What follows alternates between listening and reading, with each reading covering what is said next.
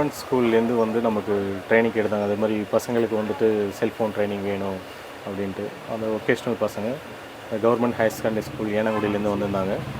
அவங்களுக்கு வந்து நம்ம இப்போ படிப்பு மட்டும் இல்லாமல் அவங்க வந்து ஒரு தொழிற்கல்வி படிப்போடு சேர்ந்து ஒரு தொழிலை கற்றுக்கும் போது அது வந்து தேரியை மட்டும் இல்லாமல் ப்ராக்டிக்கலாக எப்படி அவங்க செய்யணும், எப்படி என்ன பண்ணணும், ஒரு கடையில் என்ன நடக்குது, அவங்க வியாபாரம் எப்படி பண்ணுறாங்க அப்படிங்கிற முறையில் வந்து அவங்க வந்து வந்தாங்க. அவங்களுக்கு வந்து நம்ம பேசிக்காக மொபைல்னால் எப்படி எல்லாம் மொபைலை வந்து ஓப்பனில் பார்த்துருப்பாங்க, பிரித்து பார்த்துருக்க மாட்டாங்க. அவங்க மொபைலை வந்து பிரித்து எப்படி மொபைல்னால் இப்படி இருக்கும், உள்ள என்னென்ன இருக்குது, என்னென்ன ஸ்பேர் பார்ட்ஸ் இருக்குது, என்னென்ன வேலை செய்யுது, எப்படி ஒர்க் ஆகுது அப்படிங்கிறத எக்ஸ்பிளைன் பண்ணி நாங்கள் செஞ்சு காமிச்சோம். எல்லாம் கற்றுக்கிட்டாங்க. அவங்க வந்து படிப்புனா ஒரு ஒரு சர்டன் ஸ்டேஜ் வரைக்கும் தான். அது படிச்சுட்டு ஒரு ஜாபுக்கு போனால் கூட ஒரு 60 வயசில் ரிட்டையர்மெண்ட் ஆகிடுவாங்க.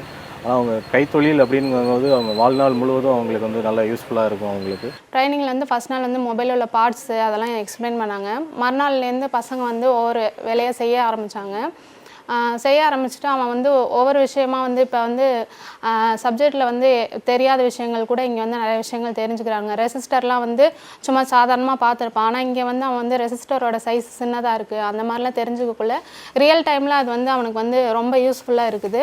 அவன் வந்து ரியல் லைஃப்பில் அதை அப்ளை பண்ணி பார்க்குறான். சில பசங்கள்லாம் வீட்டில் போயிட்டு நான் வந்து ஃபோன் வந்து எனக்கு வீட்டில் வந்து ஒர்க் ஆகலைன்னு சொன்னாங்க. அதை நான் ஓப்பன் பண்ணி நான் வந்து பார்த்தேன், மைக் ப்ராப்ளமாக இருந்துச்சு, இல்லை ஸ்பீக்கர் ப்ராப்ளமாக இருந்துச்சு, அந்த மாதிரி சொல்லி அவனே சேஞ்ச் பண்ணேன், அந்த மாதிரிலாம் சொன்னானுங்க.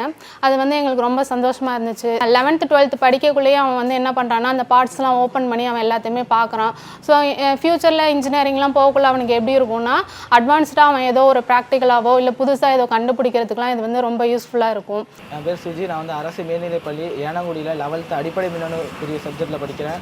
நாங்கள் வந்து 6 நாள் இன்டர்ன்ஷிப் போயிட்டுருக்கோம். அதில் ஃபஸ்ட் நாள் வந்து எங்களுக்கு ஃபோனை எப்படி பிரிக்கணும், டிஸ்பிளே எப்படி மாட்டணும், சார்ஜ் பின்லாம் எப்படி கோக்கணும், சப்போர்டு எங்கே இருக்குது, மதர் போர்டு எங்கே இருக்குது எல்லாம் சொல்லிக் கொடுத்தாங்க. அடுத்து வந்து சார்ஜ் எத்தனை டைப் இருக்குது, அதை எப்படிலாம் சால்டிங் பண்ணணும், மைக்கில் எத்தனை டைப் இருக்குது அதெல்லாம் எப்படி சால்டிங் பண்ணணும்னு சொல்லி கொடுத்தாங்க. அடுத்த நாள் வந்து எங்களையே பண்ண சொன்னாங்க, நாங்களும் பண்ணோம். இதனால் எங்கள் வீட்டில் ஏதாவது ஃபோனில் ஏதாவது ப்ராப்ளம் வந்ததுன்னா நாங்களே சரி பண்ணுற அளவுக்கு தெரிஞ்சுக்கிட்டோம். இது அமைச்சு கொடுத்த பள்ளி கல்வித்துறைக்கு நன்றி.